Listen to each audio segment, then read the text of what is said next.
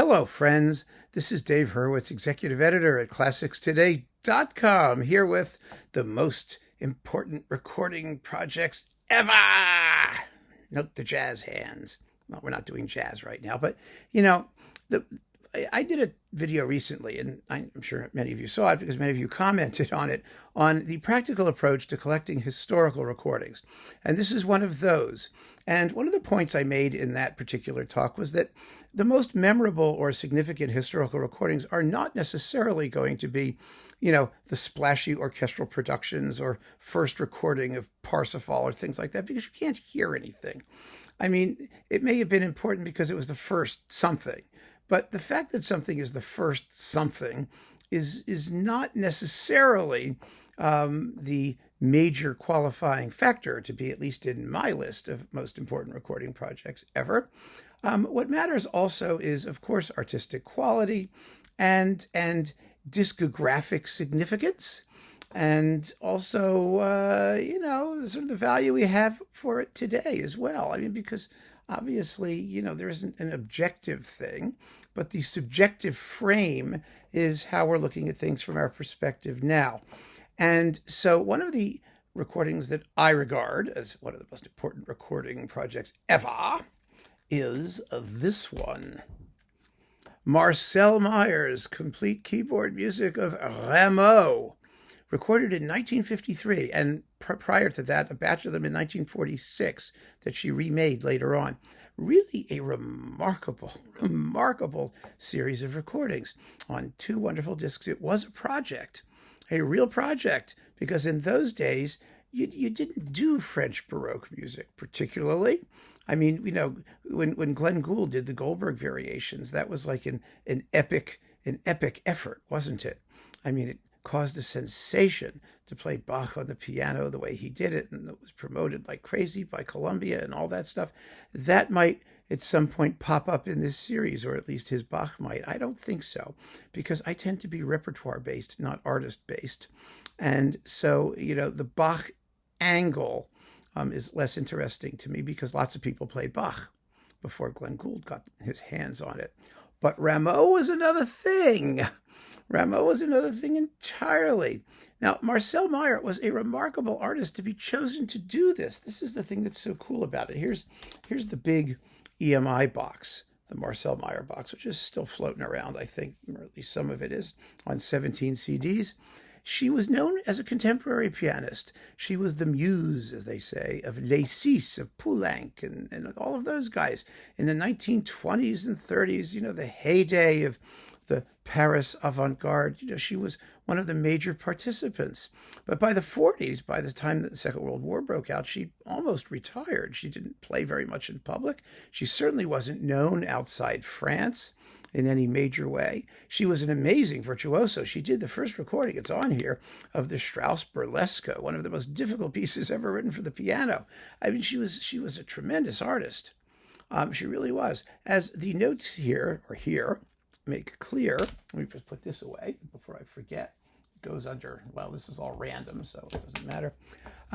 She was not an aficionado of that dry, sort of brittle, objective French piano school, even though she was hanging out with Les Six and Stravinsky and all those people. That's not the way she played. She had warmth. She had color, lots of it.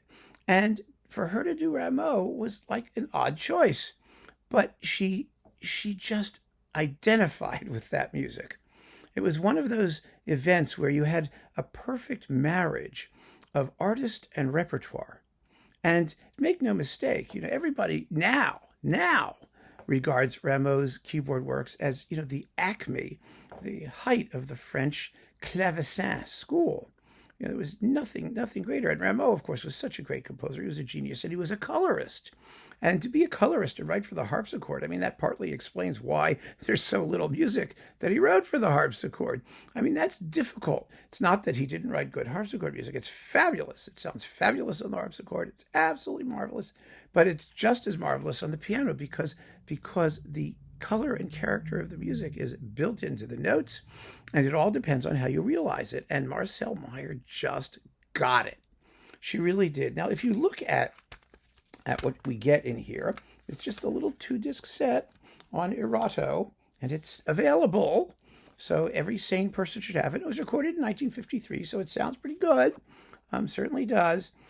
First of all, you have his his first suite of pièces de clavecin. I mean, there's not much. Then there's the suite in E minor and the suite in D major, and that's all in the first book, basically. And then you've got the Nouvelle Suite, the new suite of things with other goodies. And then there are the pièces en concert, which could be played separately or like with other instruments attached. And then we have her 1946 recording, which is a selection of 11 of things drawn from the major suites. But when you look at what Rameau did, first of all, the dance music is just unbelievably kinetic and rhythmic and fun to listen to. I mean, Rameau was, one of the great ballet composers, one of the great rhythmists in all of music. His music all has this sort of virile underlying rhythmic pulsation, even when it's sort of covered with that French Baroque elegance, of which there's no shortage there either.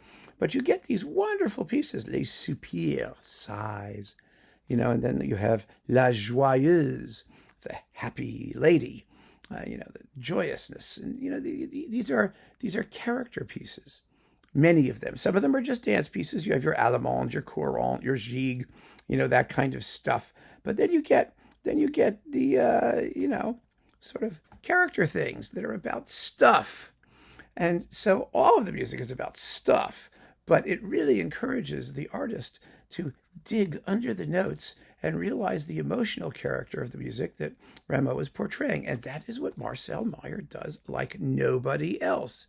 Now, the edition she used was by Saint-Saëns, I believe. He was the editor. And so it's not hors texte. Forget the hors texte. It was designed to be performed on the piano, and it doesn't matter. The idea of authenticity, if you're talking about, there's authenticity of technique, authenticity of apparatus, whether you're doing it on a harpsichord or piano, and then there's authenticity of affect, authenticity of feeling and expression. And when you have that, quite frankly, the rest of it makes very, very little difference. I mean, it can be ridiculous. I mean, if the apparatus you're using is like, a left-handed sewer flute, as, P.D.Q. Bach would have said, and the piece was originally written for, something very, very different, like maybe a piano or an ensemble, then yes, you're going to have an issue. But, keyboards are keyboards. They all do the same thing one way or another. And this was just a glorious, glorious mating of artist and repertoire. And for that reason, I insist it is one of the most important recording projects ever, particularly given the period in which it happened. And I want to add that we've only begun to realize its importance. And this is what's very interesting about it. Now, recently, within the past, few decades, couple decades or so, because first of all, Marcelle Meyer's career is in the ascendant as a historical figure. She's benefited from the fondness we have for historical recordings. Her international career is almost entirely posthumous. So there is that, but also the period instrument movement, of course, reawakened our understanding of the significance of Rameau. She also did complete Ravel, by the way, unbelievably well, of Rameau's keyboard works, and as played on the harpsichord. And that, I think, primed us for a richer and deeper understanding with the audible comparisons ready to hand now, with everybody else doing this music, for what she achieved, the uniqueness of what she achieved, the individuality, and the artistic, sublimity, if you want to call it that. I hate the word, but when it comes to this stuff, I don't know what it means really. But I mean, the depth, the expressiveness, the color, the uniqueness of her interpretation only became evident rather more recently. Although, thank God, she did these back in 1953. It was an amazing thing. And so I insist that this is one of the most important recording projects ever. Give it a listen and see if you don't agree. And keep on listening, friends. Thank you so much for joining me. Take care.